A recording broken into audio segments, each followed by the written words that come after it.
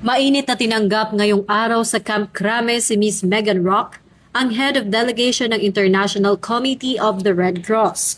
Sa isang opisyal na courtesy meeting kasama ang pamunuan ng Philippine National Police upang simulan ang mas pinalakas na pagtutulungan para sa makataong pagpupulis.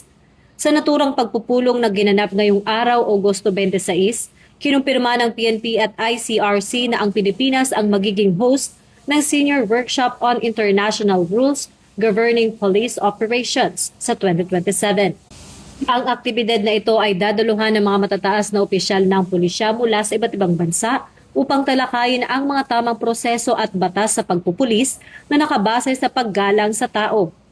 Sa pagitan nila Police Lieutenant General Bernard M. Banac, ang Deputy Chief PNP for Administration at Miss Megan Rock, binigyang diin na ang pagkipagtulungang ito ay malaking tulong upang mas maging profesional at disiplinado ang ating mga pulis.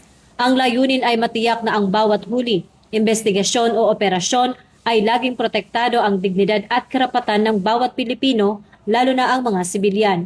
Ito ay bahagi ng mas malawak na programa ng PNP na maging isang organisasyong tunay na maaasahan at igagalang ng publiko. Ang pagpili sa Pilipinas bilang host ng SWIRPO 2027 ay patunay na kinikilala sa buong mundo ang mga pagsisikap ng PNP na magbago at maging mas makatao. Sa pamamagitan ng workshop na ito, makakakuha ang ating mga pinunong pulis ng makabagong kaalaman at best practices mula sa ibang bansa na magagamit upang mapabuti ang serbisyo sa komunidad. Ito ay isang malaking hakbang tungo sa pagbuo ng isang bagong PNP na prioridad ay ang mabilis, tapat at nararamdamang paglilingkod sa bayan. Mula rito sa Campo Crame, ako po si Patrol Woman Sari Bernales, nagbabalita para sa Police News Network.